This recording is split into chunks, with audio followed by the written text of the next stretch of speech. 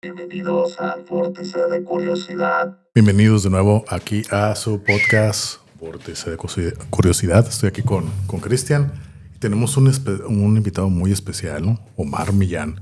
¿Qué onda, Omar? ¿Cómo estás? Hola, bien, gracias por la invitación. No, gracias por haber aceptado, ¿no? Así que vamos directo al grano, ¿no? Tú eres profesor todavía, ¿no?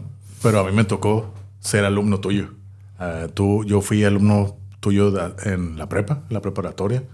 Un semestre, sexto semestre, si mal no recuerdo. Ya casi 20 años, bueno, 20 años, como en 2003, me dabas clase de etimología. Pero a mí lo curada de Omar es de que toda la gente y los conocidos, mi hermano también incluidos, cada vez que hablamos de ti se nos llena la boca así como que de admiración, de orgullo por todo lo que has hecho después de habernos dado clases, ¿no? La verdad, muy buen profesor, muy involucrado con los alumnos. Y pues ahora sí que muchas gracias y todo un honor tenerte aquí como invitado. Eso. No, pues gracias. No. Sobre todo, la aspiración yo creo que de todo profesionista es dejar algo, ¿no? Dejar Claro. algo en las personas, en los demás, Una ¿no? buena marca, ¿no? Huella ahí en todos, Sí, ¿no? más si uno se dedica a la docencia, ¿no? Que tiene de alguna forma como la obligación, ¿no? De dejarle, sobre todo en el tema, ¿no? Enfocado en lo que se está viendo, ¿no? De estar, porque es importante eso que se está analizando, ¿no? Así es. Bueno, tú eres parte de varias cosas de lo que haces. Eres escritor también, ¿no? Tienes varios libros publicados. ¿Qué nos puedes contar de tus libros? ¿Cómo empezó? O sea, si los quieres platicar en orden cronológico, ¿cómo los hiciste? Todo el proceso de tus libros.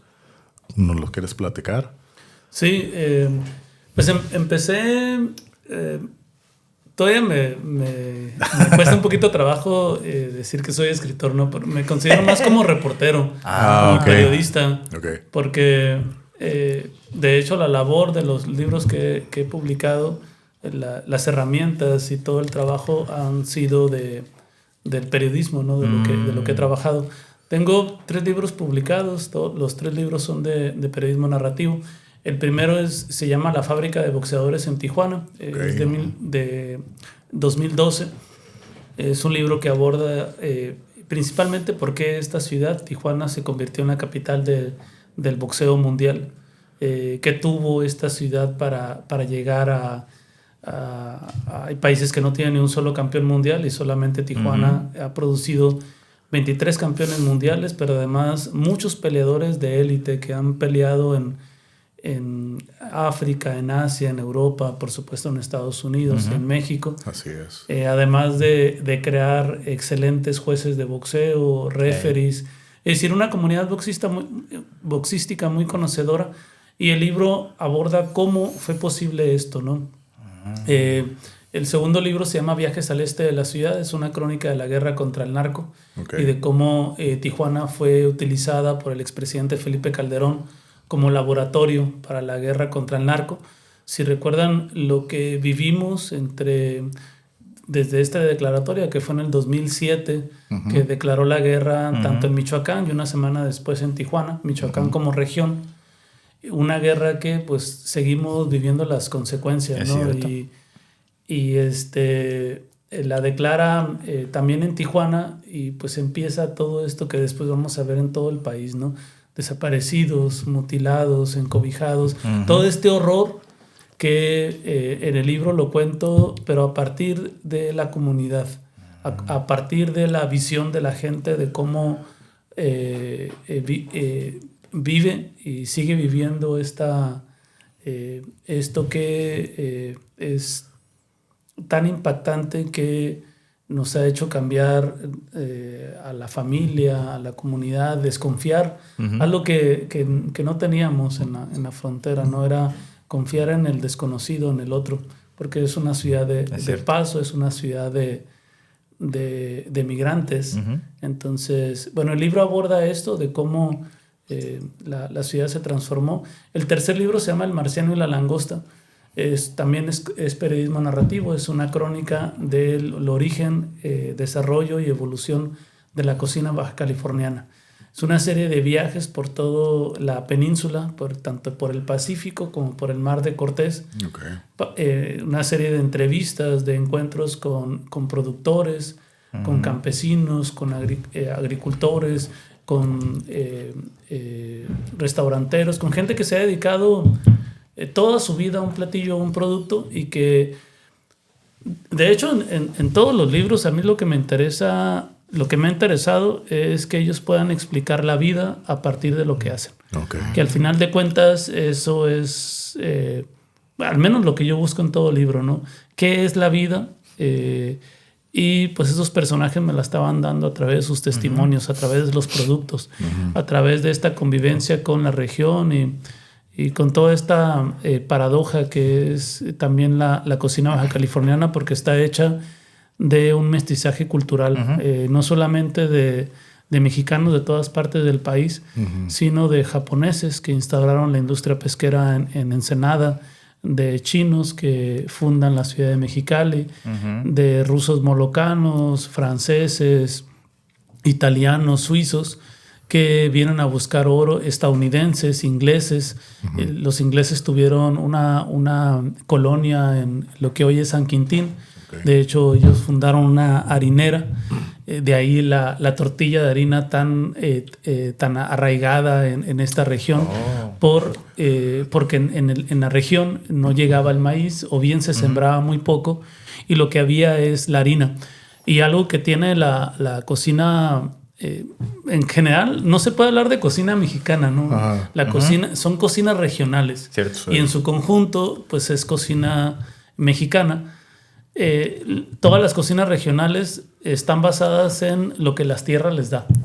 No pueden inventar otra cosa. Claro. Y pues esta región que da mariscos, pescados, estos mariscos y pescados con una gran calidad, porque el agua es fría, el agua del Pacífico, y desarrollan grasa y la carne es muy sabrosa. Claro. La harina, ¿no? Sí. En fin, el libro del Marciano y la Langosta es esta exploración por la cocina baja californiana, principalmente costera, y cómo este bagaje cultural definió la cocina de esta región, más allá de la Baja Med, ¿no? Que es lo que se conoce aquí, ¿no? La Baja Med, ¿no? Es como que la comida local, ¿no?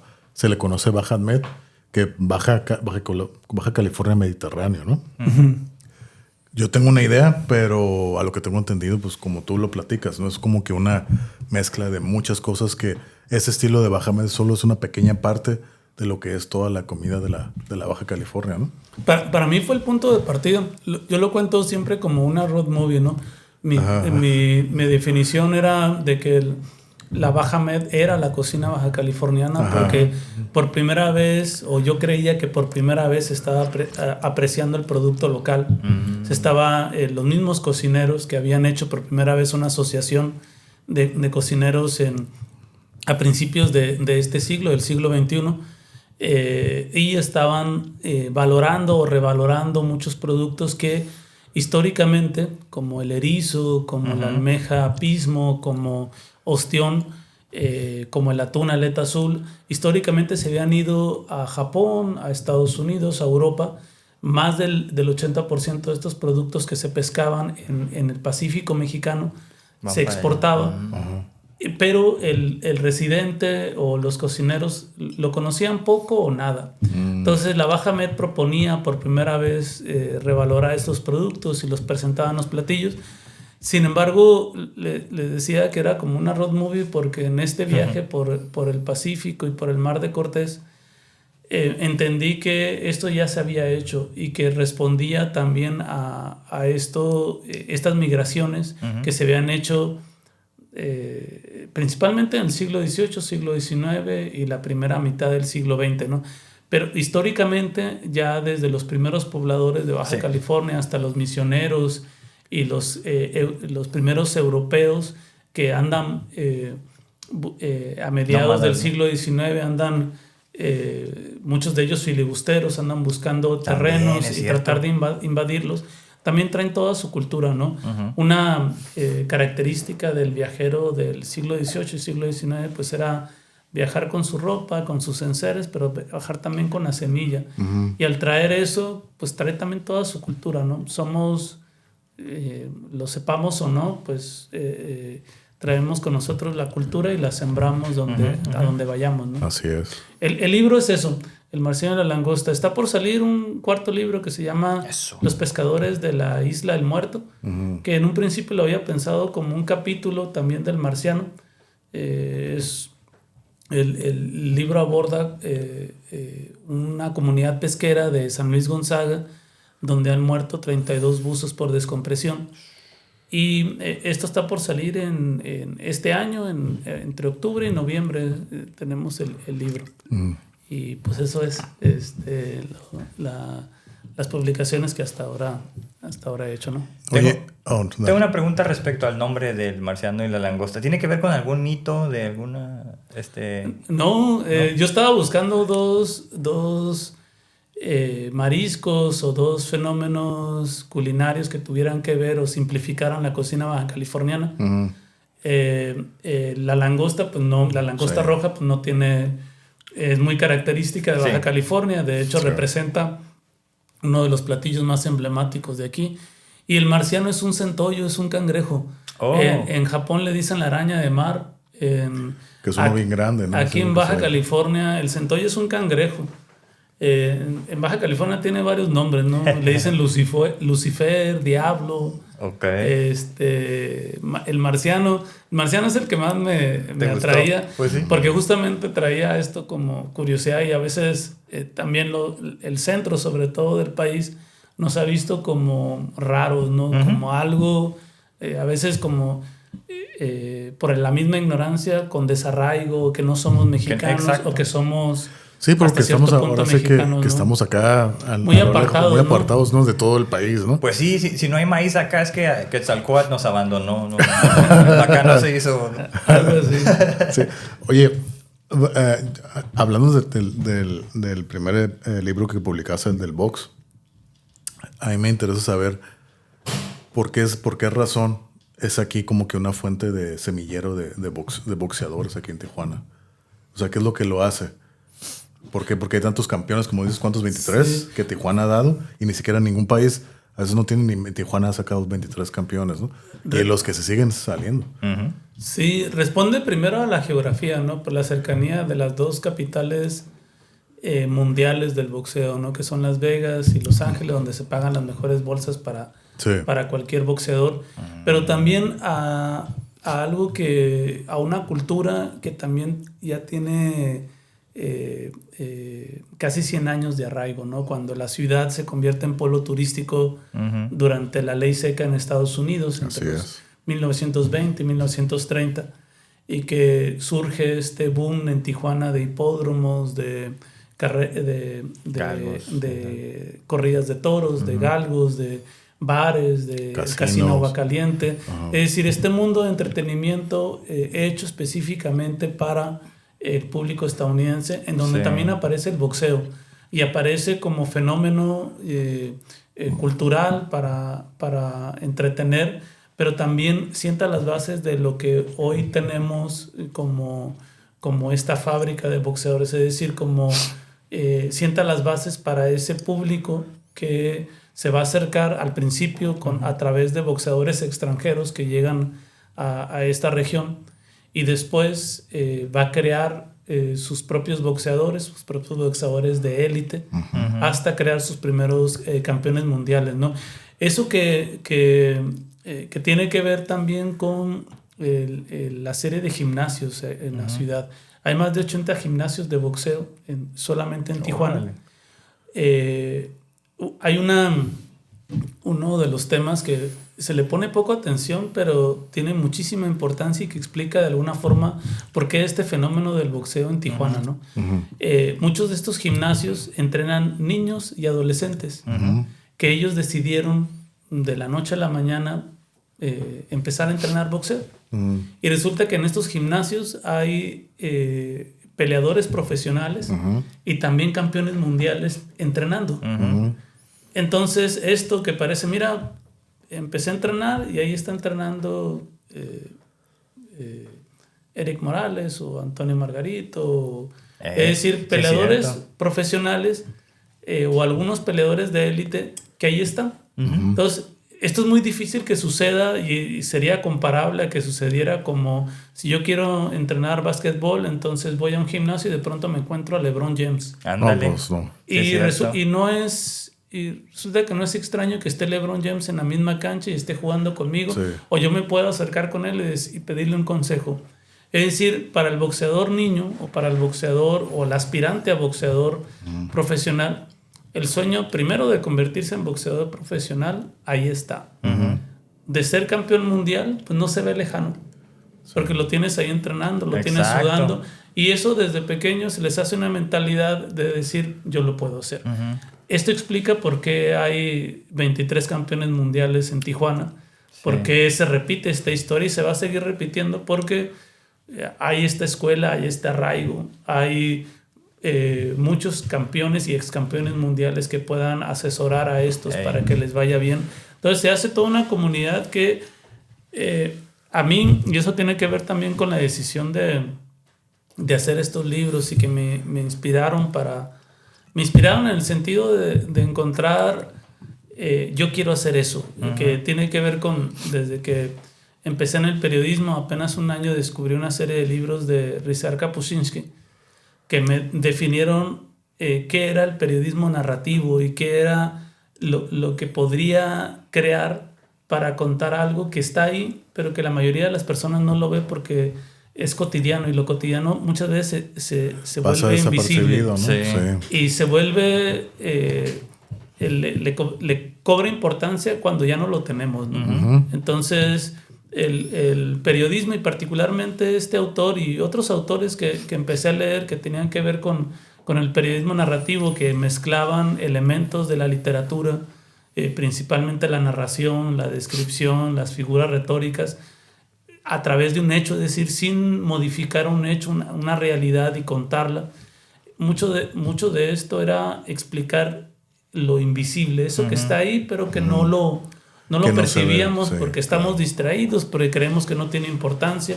Entonces, cuando advierto, por ejemplo, en este primer libro de La fábrica de boxeadores, yo vivía de niño en la colonia Morelos, donde también vivió, por ejemplo, el primer campeón mundial que tuvo México, José Joe Becerra, un peleador que era de Guadalajara, que mucho antes de Don King o de Bob Arum, estas estrellas de la promoción boxística, existió en Los Ángeles un promotor griego llamado George Parnassus.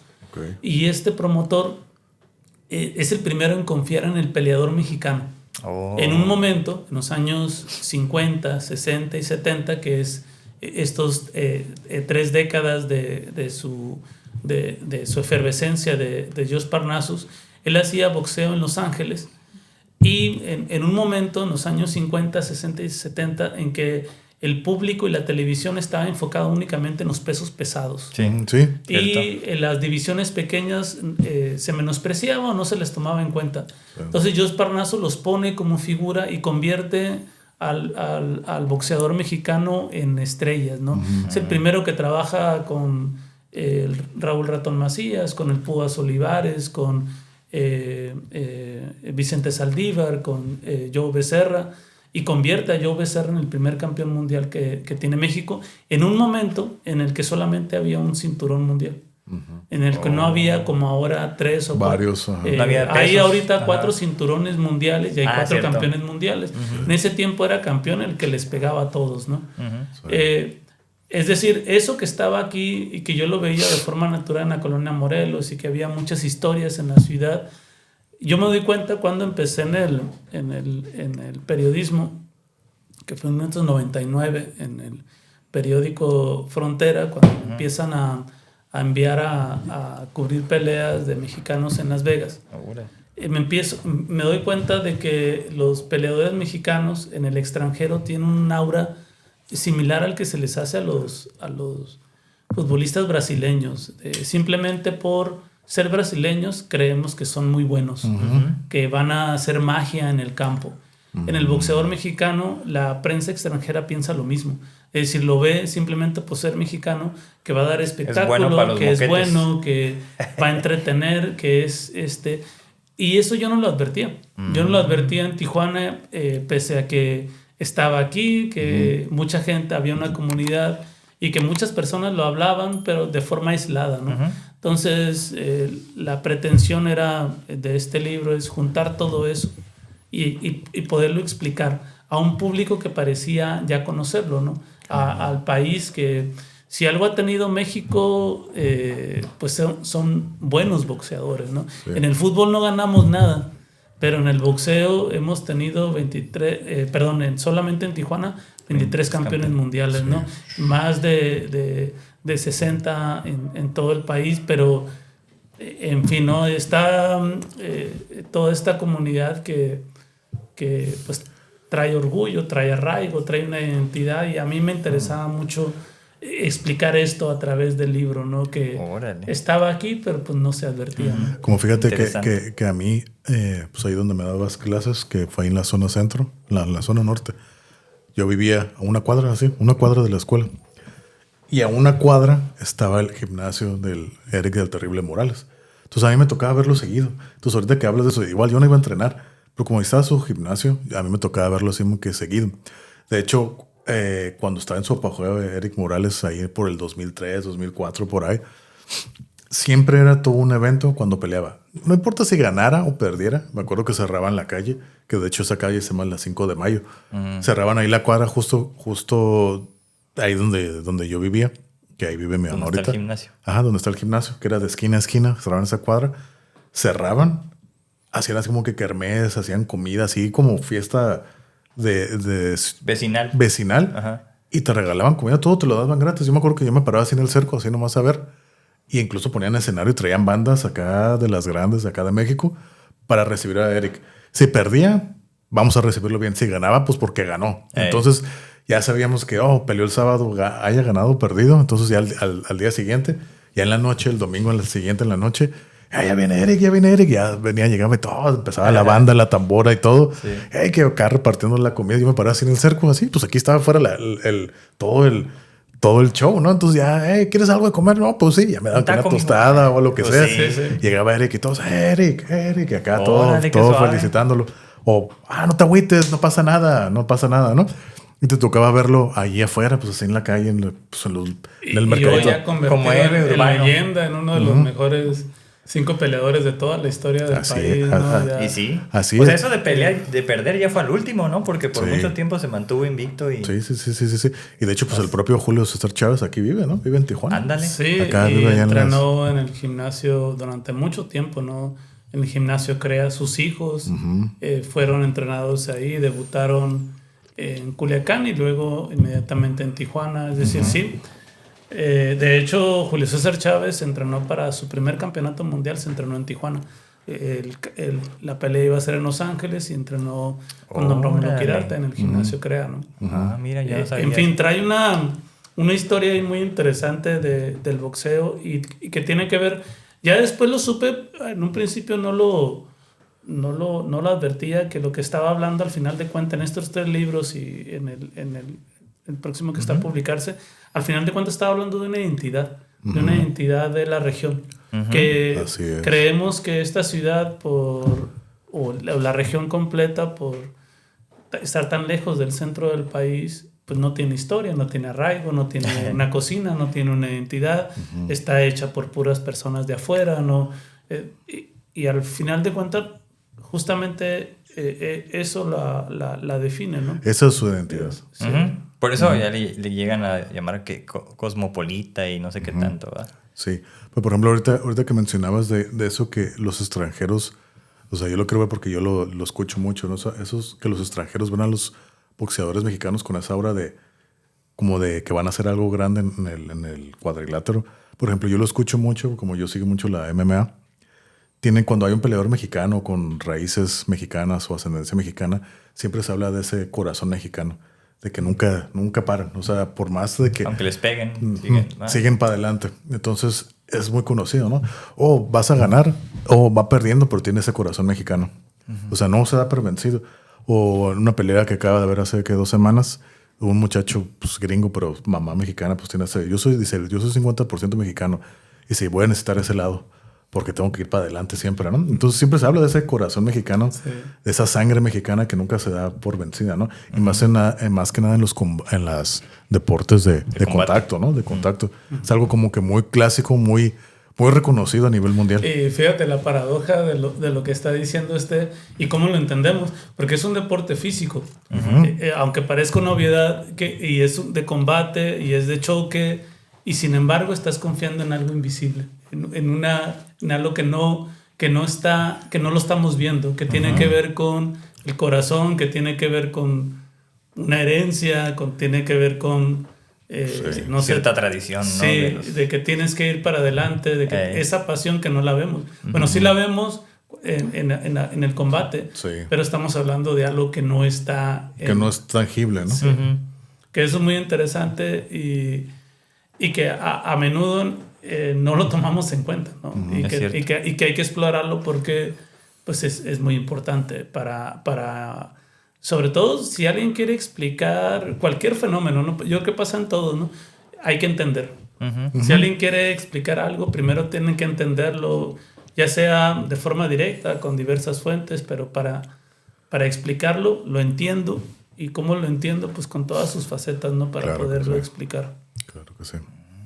Oye, por ejemplo, y en tu segundo libro, como de viaje al este de la ciudad, ¿cuál fue la dinámica? O sea, te fuiste acá a entrevistar a la gente, pero ¿cómo hacías una investigación si la persona había sufrido o había sido impactada por el narco, o nomás en las zonas que tú sabías que había como que más incidencia de eso? Ahí hablabas con la gente, o cómo fue ese proceso para ese libro? Yo entonces estaba trabajando para la agencia AP. De hecho, todos los libros nacieron en pláticas con editores y que ellos me aconsejaban principalmente que escribiera de narco y de migración, porque era el tipo de notas que ellos estaban, no sé si recuerdan, en 2007, principalmente 2008. Fue un año muy impactante para la región.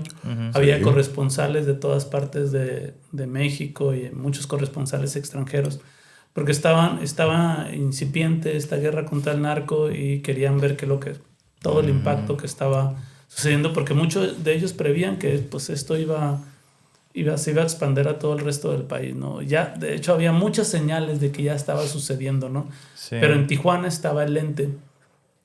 Y platicando con los editores, yo también les decía, oye, esto sí es cierto, está generando pues, las noticias que estamos escribiendo, pero también muchas manifestaciones culturales, muchas manifestaciones artísticas. La ciudad pareciera misma, su comunidad, tratar de defenderse para mostrar otro rostro. Entonces, uno de los capítulos, que es el capítulo más extenso de Viajes al Este de la Ciudad, se llama Luces de la Ciudad, y es mostrar cómo esta ciudad se defiende o se defendió ante eso que era en un momento en que las mismas autoridades aconsejaban que no saliéramos a las calles, ¿no? Sí. Que después de las 8... Es que toque de queda, ¿no? Había ese toque de queda, amenazas de bomba. Por ejemplo, yo estaba en el Hospital General haciendo mis prácticas y nos sacaron un par de veces por amenaza de bomba. Entonces, y incluso los que estaban ya hospitalizados era como, no manches. Dije, no creo que sea verdad. Pero pues hubo varias amenazas y ahí vamos todos para afuera. O sea, en ese contexto en el que, como bien dices, ya no se podía salir porque la gente también tenía mucho miedo, ¿no? Yo creo que en ese, incluso a pesar de que ahora estamos peor en términos de estadísticas, creo que no se supera ese miedo de esos años, creo. No, se ha normalizado, que eso más también bien, es grave, ¿no? Sí. Creer que es así, o que también este mito del advenimiento, ¿no? Que las cosas se van a solucionar porque alguien o algo va a venir y se van a solucionar solas, ¿no? Cuando pues obviamente muchas de las soluciones deben de venir de nosotros, de la comunidad, de este involucramiento con lo que está pasando, ¿no? Pero pues ahí hace falta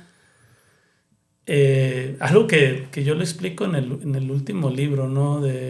Hay los medios, son los dueños de los medios, que muchos de ellos ya dejaron de producir crónicas y reportajes, que son los géneros periodísticos que nos pueden dar un panorama más amplio.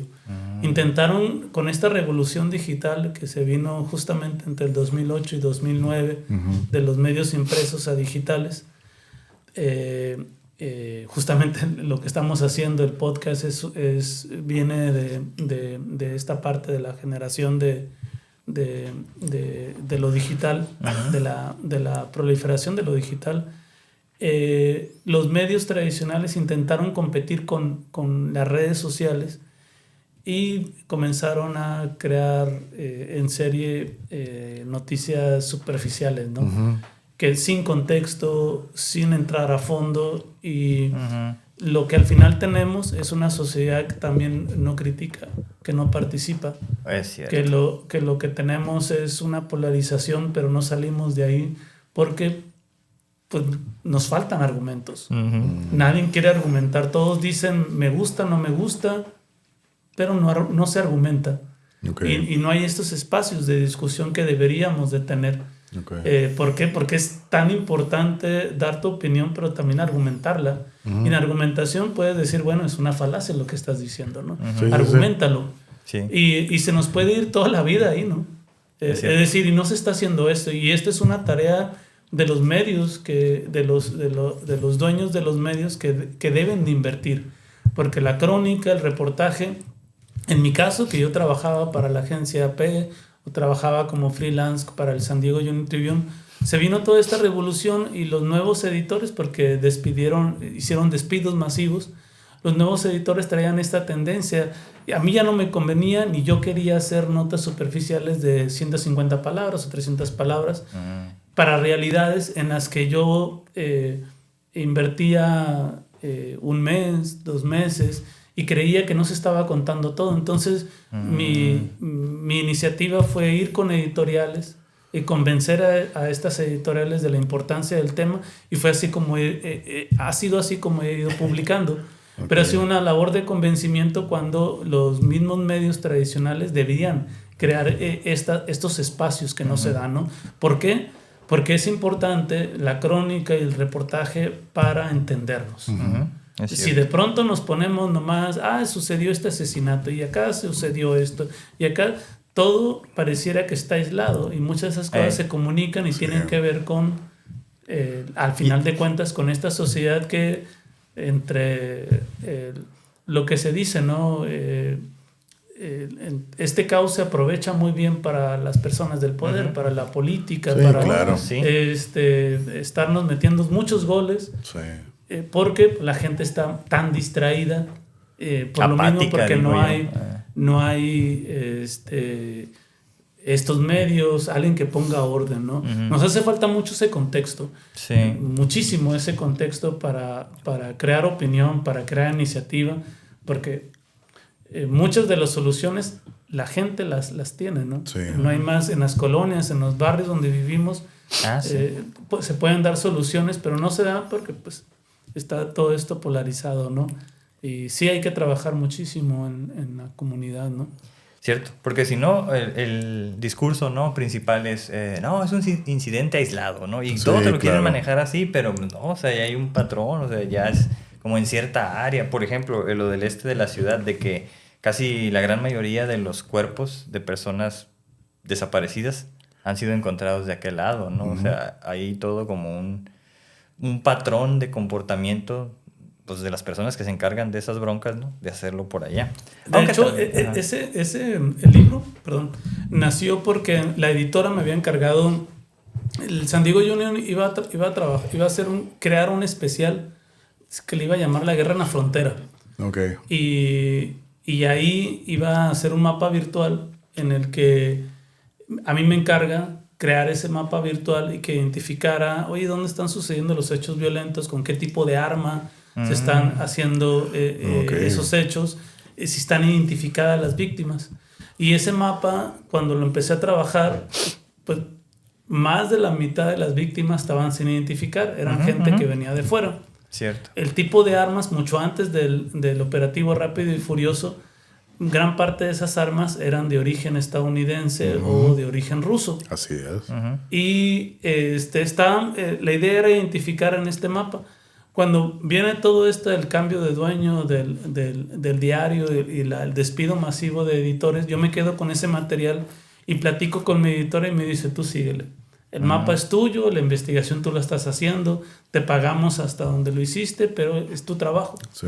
Y lo empecé a seguir. ¿Por qué viajes al este de la ciudad? Yo estaba viajando continuamente a lo que nosotros llamábamos aquí el este de la ciudad, que era de las 5 y 10 hacia Tecate.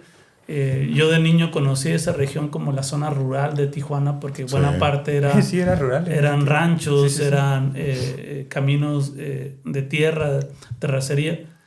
Y la mayor parte en ese tiempo, en el 2008, 2009, pues las víctimas estaban identificadas de allá, ¿no? La mayor parte de los hechos. Y contextualizando, pues se explicaba muy bien porque esta zona había crecido en los años 70 con una gran comunidad de migrantes que intentaban cruzar a Estados Unidos o venían por la oferta de maquiladora y se establecían en las peores condiciones, ¿no? Sin servicios públicos, muy cerca de las maquiladoras. Entonces se explicaba muy bien por cómo el narcotráfico o el crimen organizado había puesto un orden ahí donde la autoridad no lo había hecho, ¿no? Claro. Pues, pero ya después hoy sucede en toda la ciudad, ¿no? Sí. Ya no es exclusivo del este de la ciudad. Sí. El libro termina en 2013 diciendo que este no es un problema solamente de seguridad, y por más que las autoridades quieran invertir en seguridad, este problema no se va a acabar. Si únicamente haces corporaciones policíacas o militares y te olvidas de que esto es un problema educativo, es un problema de salud, es un problema social que no le has puesto solución desde hace mucho tiempo, ¿no? Entonces te olvidas de lo otro hablando de que tu importancia es la seguridad, sí, pero hay estos factores que es un problema económico muy fuerte, ¿no? Sí. Entonces a mí también me tocó, por ejemplo, que lo mencionaran cuando estaba trabajando en el ayuntamiento. Se hablaba seguridad ciudadana, y todo era seguridad ciudadana, ¿no? Y pues yo ya sabía que era eso. Y decía, no es ciudadano, porque ustedes quieren ver al nivel comunitario que es seguridad ciudadana y no es. O sea, ahí entra la seguridad comunitaria, que eso es lo que se ocupaba, porque todos decían, es que la policía no llega. Y sí les hablamos, pero no llegan. Así es. Entonces, y si llegan, pues ya llegaron muy tarde o muy noche, etc., ¿no? Entonces, o sea, la seguridad comunitaria es otro paradigma en el cual la policía está muy cerca de la comunidad y los habitantes tienen el contacto de algún policía como para estar más rápido ahí, ¿no? Y ellos, no, pues nosotros por eso ponemos casetas. No, pues eso no es, ¿no? O sea, es como... Tiene que ser más preventivo que reaccionario. Y me acuerdo que todo el discurso, y si te fijas, la Secretaría de Seguridad Pública, o Seguridad Ciudadana, ya le cambiaron, pero no pasa de ahí, y la seguridad ciudadana creo en ningún lugar ha sido tan eficiente, por lo mismo, porque ese mismo concepto tiene sus alcances y sus limitaciones. Sí. Pero bueno, pues sí es cierto, eso como otra forma de verlo, ya quizás más en el ámbito municipal, no local. Oye, Mar, me gustaría seguir la plática, pero pues igual estamos muy limitados de tiempo y acontecimientos que tuvimos hace rato. ¿Dónde podemos encontrar tus libros? Igual me gustaría hacer, al amor, si puedes, tienes oportunidad, otra plática, porque estuvo muy corta, muy apresurada por el tiempo que tenemos muy limitado. Pero ¿dónde los podemos conseguir tus libros? Están en Amazon, están en Mercado Libre, estaban en Gandhi. Están en Gandhi, aquí en Tijuana está en Librería El Día. Okay. Están disponibles. Ok, perfecto. Pues igual, me gustaría, te digo, tenemos que, por el tiempo limitado que tenemos, pasar a la sección final de la plática, que es hacer una serie de preguntas que te hacemos nomás como más personales para conocerte un poco más, como Omar, no como tu trayectoria que has tenido, ¿no? La primera pregunta siempre la hacemos porque él y yo, Cristian y yo, la música es muy importante para nosotros. Entonces la primera pregunta es relacionada con la música. Música favorita, música que te gusta escuchar, música que actualmente estás escuchando, ¿qué es lo que a ti te gusta?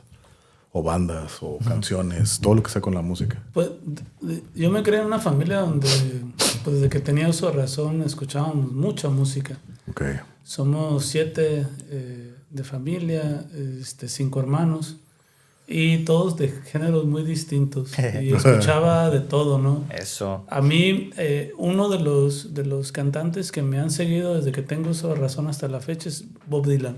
Ok. Y nunca lo he abandonado, ¿no? Ujú. Paralelo a él, me sigue gustando mucho Javier Solís, Frank Sinatra, que fueron como mis canciones de cuna. Pero... Pues muy buenas, ¿no? En la familia se escuchaba de todo, ¿no? Desde Emanuel, Camilo Sesto, José José, Juan Gabriel, Rocío Dúrcal, toda esa balada en español, como YouTube, Depeche Mode, todo el grunge. Ujú. Pues sí, Que bien ya, eso ya variado, me ¿no? tocó a mí más todo el rock en español, no toda esa generación. Eso. Pero sí, son muy musical, ¿no? En la casa no nos permitían ver televisión. Ok. Teníamos muchos libros de cine y de literatura, principalmente poesía. Mi papá nos permitía ver televisión y nos hacía que leíamos en voz alta Ok. y escuchar música. Entonces, de ahí... De hecho, cuando gana Bob Dylan el premio Nobel, yo estaba feliz, ¿no? Porque era así como comprobar algo que yo sentía que era tan fuerte, muchos de sus versos, muchas de sus canciones, que a mí me habían impactado desde niño, que los fui entendiendo más aún. Incluso en algunas versiones del mismo Bob Dylan, las escucho distinto y él es distinto como otro personaje. Sí. Y eso no lo veo en otros cantantes. Y no es un cantante, ¿no? No Sí. tiene una gran voz, ¿no? Pero es un gran Es que es más un intérprete. poeta, ¿no? Un intérprete poeta. Sí, me gusta mucho él y Leonard Cohen. Lo escucho muy a menudo, ¿no? Además de todo lo que mencioné. Ok, Órale, ¿no? Pues sí, está interesante. bien. ¿Quieres una pregunta respecto de música o...? Sí, bueno, así rápidamente la de como qué canción últimamente te has encontrado, quizás así como aleatoriamente o que alguien esté escuchando y dices, qué buena rola. ¿Te ha pasado últimamente alguna que a lo mejor ubiques qué canciones? Porque a lo mejor no es. Digo porque también hay una app, ¿no? Que le puedes poner y te reconoce la canción. Por si no sabes. Sí, hace relativamente poco. Fue la de Roberto Carlos, la No te apartes de mí. La había escuchado de niño y de pronto la volví a escuchar ahí casi de forma accidental cuando iba a meter el carro de mi esposa ahí al garage y me quedé escuchándola. Muy buena canción. Sí. Había escuchado la versión de Vicentico y me había gustado, pero el original de Roberto Carlos no sabía qué tan buena era y me gustó mucho. No, sí, está muy buena. Fue una sorpresa eso. A mí también me gusta. Digo, voy a decir que también creo que la toca el Yair, si mal no recuerdo, acá de la Academia, que aquí de Tijuana. En algún disco que produjeron. Creo que a mí me gusta esa versión más, nomás porque estaba más fresca, más moderna, algo así. Ahí te la recomiendo por si la quieres escuchar. La de Vicentico me gusta mucho que yo creo que espero cuando alguien hace una versión que la vuelva suya, ¿no?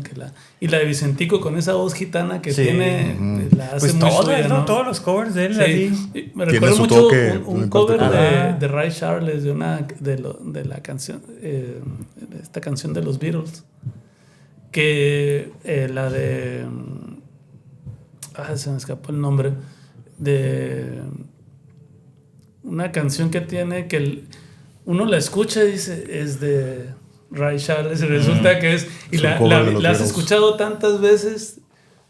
¿Cómo se llama la canción? Bueno, ahorita a ver si me acuerdo. ¿Qué dice la canción? Es la de esta mujer solitaria que ha terminado la guerra y que está caminando por las calles de Londres. Y en fin.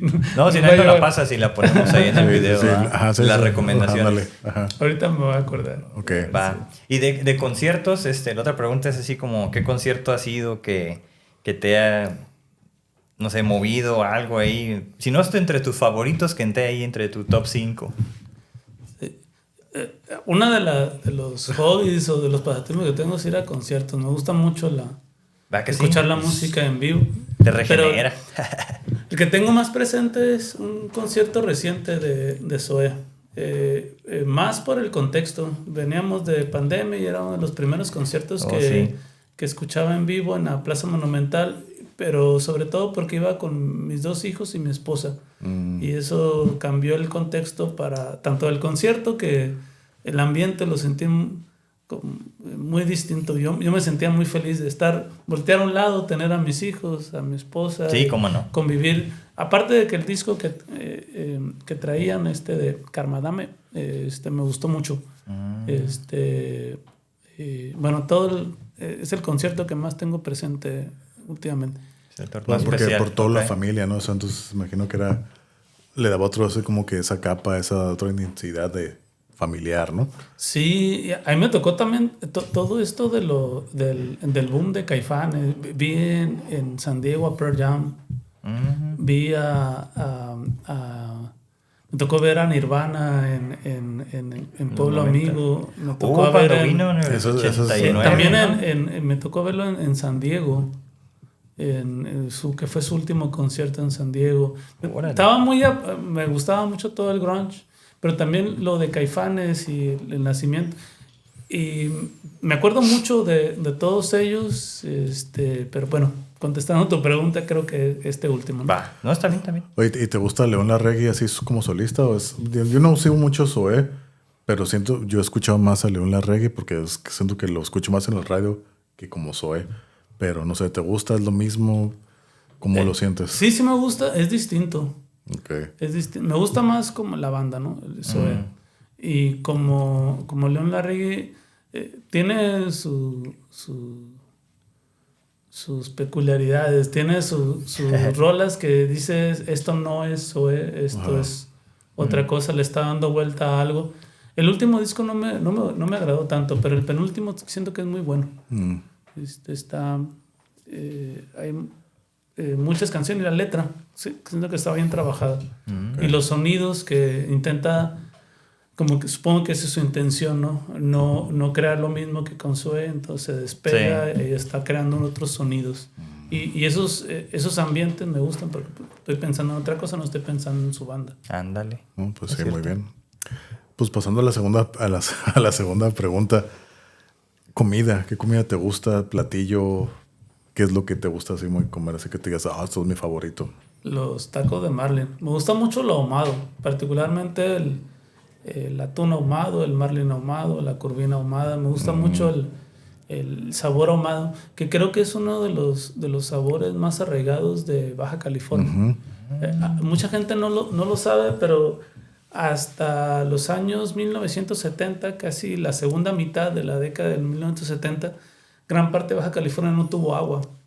Perdón, no tuvo luz.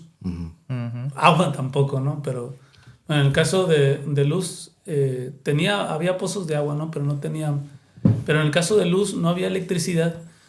Y la gente, cuando tenía estas bonanzas, estas buenas pescas, recurrió a estas técnicas milenarias que es los ahumados, los salados y los escabeches, que son técnicas de hace más de 1000 años para conservar los productos. Entonces, por eso en Baja California apenas pasa uno maneadero y empieza a encontrarse con muchos escabeches, con muchos productos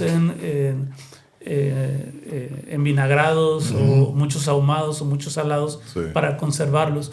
Y a mí un sabor que de hecho hay vinos que apenas los huele y este ahumado. Hay un vino de una enóloga, de Laura Zamora de Santo Tomás. Se llama el vino único. Siento que ese es el sabor de Baja California.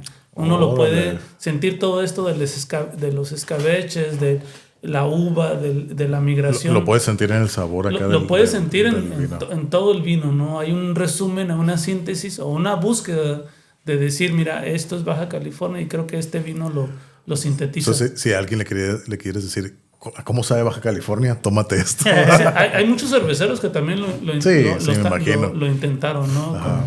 La cervecería Cucapá o la cervecería Tijuana, sobre todo Cucapá, creó sabores con maestros cerveceros que aprendieron de San Diego, creó sabores muy, muy buenos, ¿no? Me acuerdo mucho de la cerveza Chupacabras de ellos. Sí, sí. cómo no.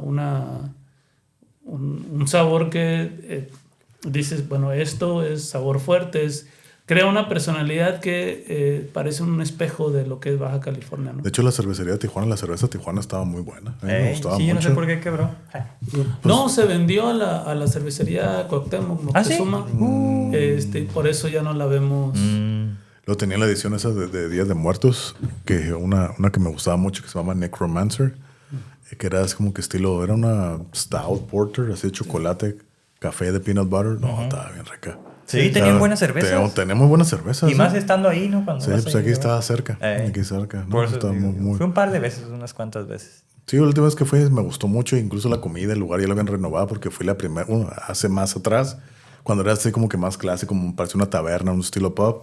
Y luego ya cuando la última vez que fui, que fue hace como unos 5 o 6 años, pues ya estaba más moderno el lugar. Sí. Y ya lo quitaron. Lo quitaron.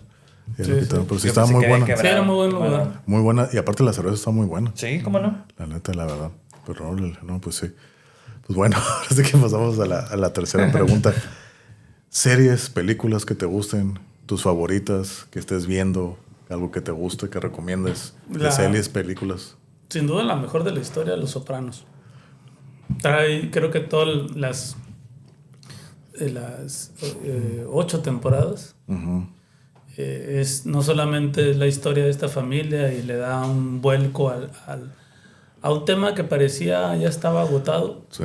También es una historia del cine, ¿no? A través de la mirada de los creadores. A mí me impresiona, la he visto varias veces y es mi serie favorita. Y como película, vuelvo y revisito a Buñuel, particularmente Los Olvidados, que es mi película. Me gusta mucho toda su filmografía, pero particularmente Los Olvidados. Hay mucho de esta película, creo que en todo, ¿no? Lo que nos identificamos, hay mucho de ellos en nosotros. Claro. Particularmente en Los Olvidados, yo estudié en primaria y en secundaria en escuela pública, en Alesio número 1, y principalmente tenía compañeros que eran pandilleros o bien venían de orfanatos y reconocía esa problemática que presenta Buñuel y la forma de hablar y el tipo de amistades que haces y cómo la moral no importa, importa la amistad.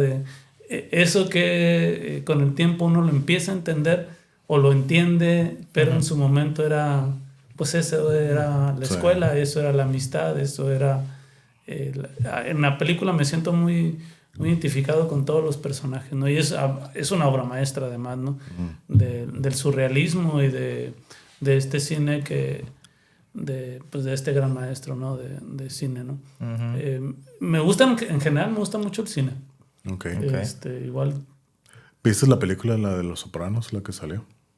Fíjate que no. O The Saints of New York, creo que se llama The Saints of New York. Sí, del soprano.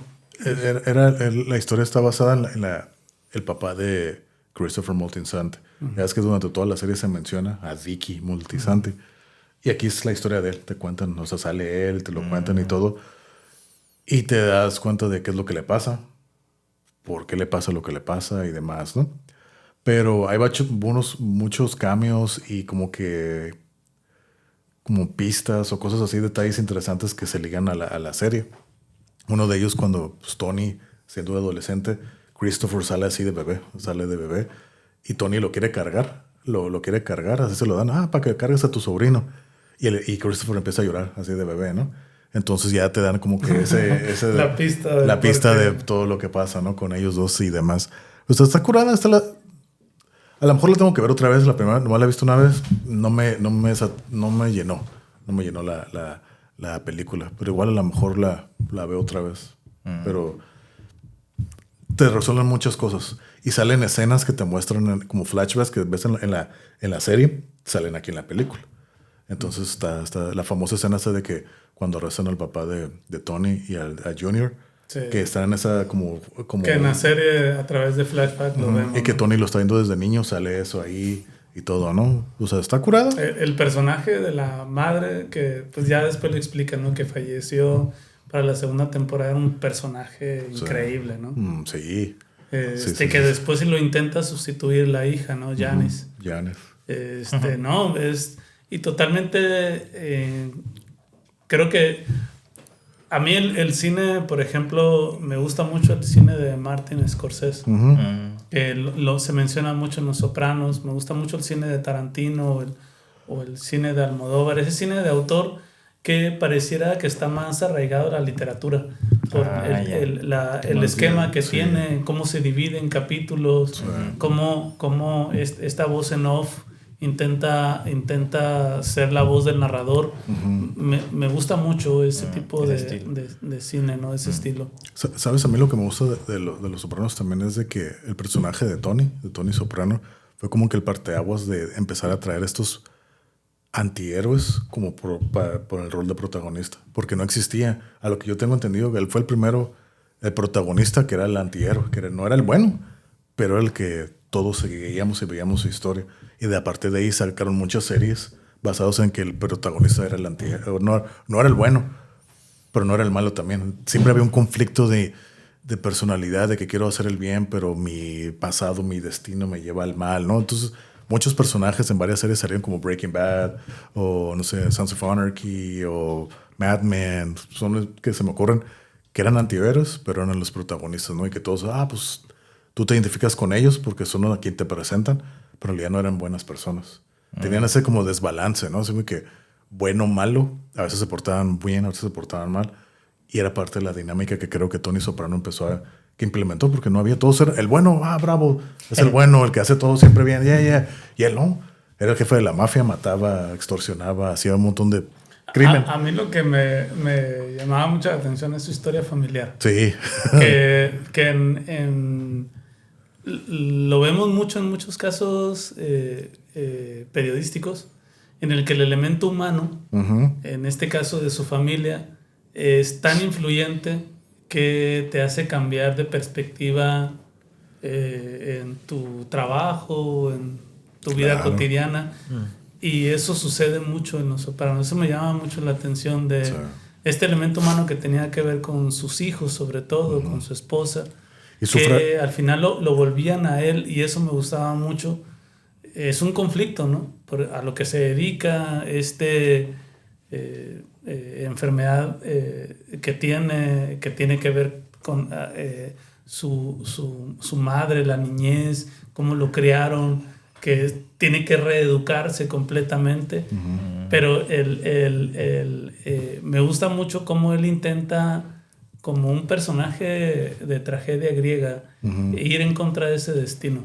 Sí. Eso me llama mucho la atención del personaje, que intenta, por más que le digan, es que un jefe de la mafia debe ser así, y él con la familia y con los sucesos quiere ser otra cosa, pero a veces se lo impide, pues, su tipo de vida, ¿no? Su tipo de vida. Eso que lo presenten, y la forma que ya lo había presentado Francis Ford Coppola con Los Padrinos, ¿no? Pero acá pues se expone más, y eso está muy interesante. Y sus citas al psicólogo, ¿no? Con la psicóloga Dr. Murphy. Que justamente le hacen que saque todo esto, ¿no? Sí, su lado humano, ¿no? Y él no lo quiere aceptar por su línea de trabajo, ¿no? O sea, yo no puedo... Imagínate, si es lo que dice, ¿no? Imagínate que si parece que toda mi familia, la de la mafia, se entera que yo vengo aquí al psicólogo, entonces no me van a respetar y demás, ¿no? Entonces siempre es ese conflicto entre él, y lo esconde. Esconde ir al psicólogo cuando está acá con la mafia y demás, ¿no? Y una vez se encuentra con la doctora, ¿cómo se llama? Melfi. Y justamente que detona, ¿no? No sé si se recuerdan que es el hecho de que los patos que él estaba alimentando se van. Entonces, otra vez este lado familiar, ¿no? Sí. Su hija está adolescente, se va a la universidad, ya está. Que todos los que tenemos hijos adolescentes ya en edad de la universidad, híjole, ya se van a ir, se van a hacer independientes, ya no van a estar aquí. Entonces sí hay eso como que inevitable, que sí, claro. lo debes de dejar, pero sin embargo, ¿no? Te aferras. Sí. Entonces está en ese momento, sí, pues genial, ¿no? Sí, muy buena serie. Bueno, ahora sí que pasamos a la siguiente pregunta. ¿Algún hobby, algo extra que hagas aparte de todo lo que haces? Algo así que fueras como que porque te gusta, por entretenerte, pasar el tiempo, algo que tengas. Sí, corro casi diario. Ok. Corro y de vez en cuando me acabo de salir, ¿no? Pero estaba nadando. Ok. Son mis hobbies, ¿no? Me gusta mucho el básquetbol, pero ya no tenía tiempo y unos equipos ahí ya eran muy maletas. Entonces ya no me gustaba perder y ya. Ah, sí, sí. Y no puedo cargar el decidí- equipo solo. Sí, yo sé lo que se siente. Sí, corro y creo que esa actividad de estar solo también me sirve. Estar ahí para lo que me dedico me gusta. ¿Corres en la mañana o por las tardes? Por las tardes regularmente. En la mañana trabajo. Y Sí. trabajo desde las 7 hasta... Yo también, o sea, yo también corro, ¿no? Bueno, ahorita ya no tanto, pero, o sea, cuando entreno, corro por las tardes. Y las carreras así como fin de semana. o ¿Cuánto algo así. corres diario? No, ya ahorita no estoy corriendo diario, pero lo normal era ya 10 kilómetros. Oh, súper bien, ¿no? Sí, ese era como Tu estándar. mi estándar, sí, porque ya lo podía correr en menos de 50 minutos. Entonces, dependiendo, ¿no? En dónde. Y se me hacía bien. O sea, Entonces si corres, no trotas. ajá. Pero yo troto, la verdad. No, está yo bien, yo o sea, pero es como... Ya es- 50 minutos, 10 kilómetros está súper bien, ya es correr, ¿no? Sí, es un camino de autoaprendizaje, ¿no? Porque pues te lesionas, la técnica tienes que mejorar, parar, bajarle, o sea, trotar, dependiendo, aprender en su vida, o sea, todo eso lo tuve que descubrir. Ahora sí, y creo que eso es también bien interesante porque casi siempre corrí solo cuando eran entrenamientos o correr con mi esposa, así, ¿no? Pero pues ella está chiquita y yo no puedo correr despacio porque siento que me va mal, siento que estoy pisando mal. Tengo que ir con mi zancada más normal, ¿no? Y a lo que iba con la pregunta de si corrías en la mañana es porque cuando corro en la mañana siento que ese placer, esas endorfinas te duran todo el día. En la tarde también, o sea, pero es como que te cansas y ya después dices, duermo bien a gusto. Sí. Pero cuando es en la mañana, todo el día andas así, sedadito, suavecito, así. Sí, cierto. ¿Verdad? Sí, porque yo muy de vez en cuando tengo oportunidad de correr en la mañana y siento que aparte de que rindo más, de que le puedo meter más kilómetros o me siento más, Sí, sí, sí. físicamente me siento mejor.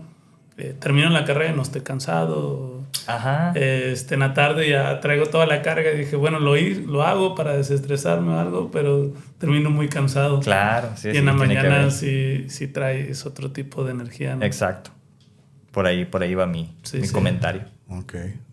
¿Quieres otra pregunta? ¿Tu Ah, pregunta? sí, la pregunta. Bueno, ¿le preguntamos de los libros o no? Ah, no. Porque también, o sea, pues, tú haces libros, pero ahorita sé que estás leyendo como todavía la última publicación que está por finalizarse, saber. pero Ujú. ¿algún libro que recomiendes? ¿Algún libro que estés leyendo? Los de él. Mis libros, lean mis libros. Lean mis libros. No, sí, sí. Sí, por ejemplo, recientemente terminé el libro K de Roberto Calazo, lo recomiendo. Es un ensayista, híjole, son de estos autores que es un autor italiano, murió justamente durante los años de la pandemia. Pero son estos autores que ya no hay, de esos autores que abarcan todo. Oh. Les recomiendo, si quieren empezar Libro a leer K. a Roberto Calazo, empiecen se llama El Ardor, que habla de el sacrificio desde la cultura de la India, de los Vedas, Oh. y cómo perdura. Él estuvo muy metido en la mitología. Analiza el mito de cómo estamos condenados, si no lo conocemos, a repetir los Sí, mitos. claro. Y tiene varios libros sobre la mitología griega principalmente. Tiene uno que se llama Cazador Celeste. Otro es Cadmo y Armonía. Buenísimos. Y después se mete al siglo XIX y al siglo XX a través de Baudelaire, del poeta, siglo XIX, y acá Kafka, que es Kafka. Ok. Y tiene un libro que curiosamente analiza el mundo de hoy, pero es el libro que menos páginas tiene, ¿no? Como no es menosprecio hacia el mundo de hoy, hacia la cultura, pero es un libro de 200 páginas. Todos los demás libros tienen 400 páginas y Órale. intenta abarcar toda una época. Me gusta muchísimo él, además de su profundidad, de lo que está hablando, de esto que tiene que ver con la mitología, con lo invisible, con muchas creencias que creemos que ya las dejamos en el pasado, que los mitos o las leyendas son cosas del pasado, y se siguen repitiendo a través de diversas formas. Y él nos las muestra con una serie de ejemplos, ¿no? Leí justamente el último libro de Pedro Almodóvar, que es un libro de relatos que está hablando son relatos de ficción y de no ficción, que está suave, es una lectura entretenida, no, nada profunda. Sin embargo, si les gusta el cine de Almodóvar, es una muestra a su cabeza, ¿no? De cómo él nos explica, por ejemplo, uno de sus relatos, su obsesión con las obras de teatro, El tranvía llamado Deseo, La voz humana de Jean Cocteau, Tranvía llamado Deseo de Tennessee Williams, y con otras obras de teatro y películas, y cómo él prácticamente así como nos destapa en la baraja de decir, mira, todo lo que leo, todo lo que veo, me lo apropio y lo muestro a mi manera. Que eso, además de muy sincero, pues nos explica mucho su posmodernismo, ¿no? Toda esta mezcla de pues que al al final de cuentas, en cualquier expresión de arte, todos estamos influidos por algo. Y lo expresas de así, que al final de cuentas eso es, ¿no? Sí. Pones tu estilo, pero tu estilo también está influenciado por alguien atrás. Y la persona que a ti te influyó también estuvo influenciada por alguien más. Es una cadena de influencia, al final de cuentas, ¿no? Sí. Cierto. Y bueno, es que pues es mi otro hobby leer. Así que acabo de terminar también otra lectura de Tarantino. En fin, ¿no? Son un libro de Tarantino. Se llama Meditaciones sobre el cine. Eso no sabía. No sabía que tenía un libro. Sí, de hecho Manchados de sangre después de Érase una vez en Hollywood, que fue su última película, sacó la novela de la película y sacó este libro que se llama Meditaciones sobre el cine. Está muy suave porque se detiene, entiende uno, es también como meterse a la cabeza de él. Nos explica, por ejemplo, un niño de 7 años que lo lleva su madre y su padrastro a estas funciones dobles que había en los cines de double features, ¿no? En Los Ángeles, a ver películas que no debía ver un niño. Eran películas no necesariamente pornográficas, pero eran películas para adultos. Y eran películas muy violentas. Entonces ahí nos empieza a decir en buena medida por qué hace el cine que hace. Lo que llamaban sexploitation, ¿no? Sexploitation. Sí, sí. Es ese nuevo Hollywood que pues nos hereda obras maestras, ¿no? Del cine, como los mismos Padrinos. ¿No viene por qué le puso el tequila a Salma Hayek acá y le tomaba del pie? No. Él lo escribió a fuerza. No, es que así tiene que ser. Así tiene que ser. Casi no habla de sus películas. No. Habla más de este cine de los años 70 que lo influyó. Y me gustó porque entendí que al final de cuentas el espectador que somos nosotros somos el niño ese de 7 años. Somos Tarantino. Porque muchas de las películas que miraba él al principio con su mamá y su padrastro, y después con el novio de una amiga de su mamá que también era muy aficionado, un afroamericano que era súper aficionado también al cine, que siempre había querido ser guionista, y van al cine juntos y pueden durar horas y horas y horas hablando de tonterías, de la película, de la profundidad. Entonces entiendes, si uno le gusta el cine de Tarantino, mira, por eso sus personajes hablan tanto, y a veces tantas estupideces que están diciendo, pero te entretiene porque es este niño que no tiene voz y voto, pero que está mirando a los adultos hablar de algo que les apasiona. Sí. Entonces, si algo tienen los personajes, es que los personajes de Tarantino en sus películas, es de que se la creen lo que están diciendo. Sí. Y entonces están hablando de forma apasionada de un tema que para el espectador puede decir, ay, qué tontos. Pero hablan con pasión, les gusta lo que están haciendo. Entonces ese niño de 7 años, me gustó mucho eso. Y el libro habla de estas meditaciones, incluso del guión de Taxi Driver, que yo no sabía que se les había ocurrido aquí en San Diego. Entonces, en fin, trae es buen libro. Ayer o antes estaba viendo un video, como que es una entrevista, como vi un pedazo de la entrevista que le hicieron a él, que diera su opinión acerca de la película de Quentin Tarantino, que era su opinión acerca del Exorcista, de la película Exorcista, ¿no? No, pues es muy buena y bien curada y todo. Y le preguntan, ¿tú crees que tú la pudieras haber hecho? Y se dice, no, así como fue, no, porque yo le hubiera puesto mi estilo. Pero yo me pongo a preguntar cómo sería una película de terror de él. Porque eso es algo que no ha hecho. O sea, no ha hecho películas de terror. En Érase una vez en Hollywood hay escenas, ¿no? De terror ahí que... Pero en sí, toda una película de terror. Sí, no. No ha hecho. De hecho, esta parte en la que llega... Perdón, en la que llega el personaje de... a la comunidad hippie de Charles Manson. Cliff Booth. Sí, el personaje de Brad Pitt. De Brad Pitt. Siento que ahí se pone maníaco mucho el terror, asunto. ¿no? Sí. Y crees que va a pasar algo y cada vez ya no pasa nada, ¿no? Ándale. Pero sí como que sí tiene ese feeling, ¿no? Sí. No lo veo tampoco con El Exorcista. No, pero ya ves que él dice que nomás le falta una película por hacer, que quiere hacer 10 películas y le falta una. Y digo, pues a ver, sí. Él dice, yo nomás quiero hacer 10 películas en mi vida. Órale. Ese es como que yo me lo puse desde siempre. No sabía. Y ya me falta una. Y pues ahora sé que yo estoy de la Va a cerrar con broche de oro. A ver qué es lo que quiere hacer, ¿no? Así que, pues estaría una película de terror de él. Pues estaría como que interesante, ¿no? No sé. Yo lo que supe es que estaba en pláticas para hacer una película de Star Trek. Oh, sí, se había escuchado también. Entonces, parece ser que sí avanzaron hasta cierto nivel. Quién sabe en qué acabó. Pues dije, sci-fi con él. No lo veo en ese, pero no sé, solo que esté como más sanguinario el asunto. Pero estaría cool en términos de acción, porque hay acción en esas series y películas. Por ejemplo, el que yo sepa, él ha sido productor ejecutivo en películas de terror, como por ejemplo de Hostal y todo eso, que el director Eli Roth, pues amigo de él. Machete, ¿no? Ajá. Con Robert Rodríguez, cierto. o la de que acabas de decir, la del Crepúsculo del Amanecer, From Dusk Till Dawn, Robert Rodríguez, que son muy amigos, entonces como que él es como más productor. Oye, pues en esa película... Dirigió también lo de un capítulo de CSI, ¿no? Sí, también creo que... Porque ellos invitaban a directores. A directores a hacer unos episodios, 2. Sí, es cierto. Sí. De hecho, en Sopranos ahí menciona a Tarantino, pero también varios de los capítulos, creo que son 3, los dirige el hijo de García Márquez, de Gabriel García Márquez. No sabía. Que es Rodrigo García, que es director de cine. Mira. Como por ejemplo el episodio, el de ese... Que habíamos comentado ese de Pine Barrens, que supuestamente es el mejor episodio. Ese lo dirigió Steve Buscemi, que también sale como personaje ahí, que es el primo Tony también, ¿no? Sí. El Tony güero y el Tony italiano, ¿no?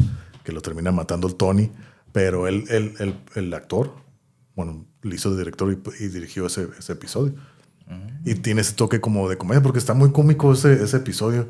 Está muy chistoso. A mí, yo la primera vez que lo vi, dije, yo me estaba muriendo de la risa. Dije, está bien chistoso. Y pues a mí sí me gusta mucho. Y yo sí, ese como que, quiero ver Sopranos. Y me pongo a ver ese episodio. Órale. Porque está así como que toda la trama que hay. Más que nada con Christopher y Paulie. Toda esa trama está curada. Me divierte mucho, está entretenido. Sí. Sí, está curada. Pero bueno, entonces, ¿tienes otra pregunta? Sí, la del universo sci-fi. Ya ves que hay muchos universos en ciencia ficción, ¿no? Marvel, DC, Star Trek, Star Wars, que son todos los universos de ciencia ficción. Todos los que ¿no? conozcas, que hayas visto, leído, lo que sea. ¿En cuál te gustaría vivir y qué personaje ser? Pues Calimán, ¿no? Calimán, el hombre increíble, ¿no? Yo le decía que me crié en una casa muy musical, escuchaba mucho música, pero también escuchaba muchas radionovelas. Ajá. Y esperábamos era a las 12:30 cuando ponían radionovela, y mi padre me compraba mucho los cómics de Calimán. Yo alucinaba, ¿no? Con Calimán, era Calimán y las películas del Santo. Creo que ese era mi universo de superhéroes. Órale. Okay. Sí estaba Estaría muy... suave y un crossover de los dos o algo así, no sé.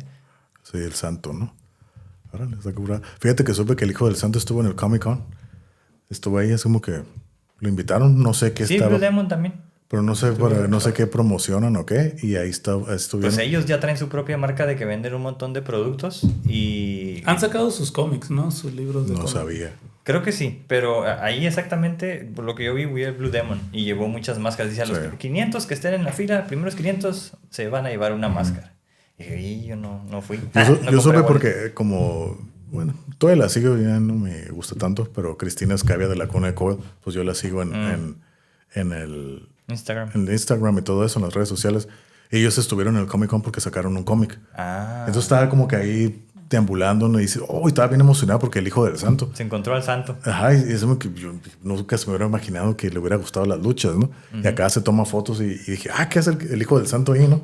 Y por eso ahorita supe, pero yo no sabía que tenían así como que mercancía y productos. De hecho, el hijo del santo muchas veces vino a la zona norte a estos festejos con Eric Morales. Sí, no lo dudo. Sí, muchas veces. No lo dudo. En algunas peleas llegó el hijo del santo.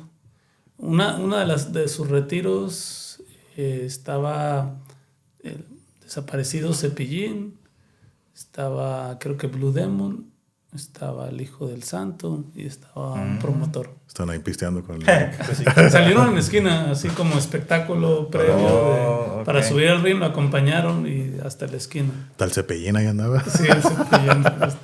Órale. Pues bueno, entonces pasamos ya a la última pregunta, que es más un consejo, ¿no? La idea de esta pregunta es de que tú nos des tu opinión, tu recomendación basado en tus creencias, filosofías, tipo de vida. ¿Qué es lo que tú dirías que es lo necesario para tener una buena vida, una mejor vida? Pues no hay fórmula secreta, es la educación. Okay. Educarnos para entendernos a nosotros y después poder entender a los otros, a nuestra sociedad. No hay fórmula secreta. Una sociedad que se educa puede mejorar, evolucionar, puede ayudar, ¿no? Para eso estamos todos, para tratar de mejorar nuestro entorno, empezar con nuestra familia, con nuestra comunidad, con las personas que nos rodean, ¿no?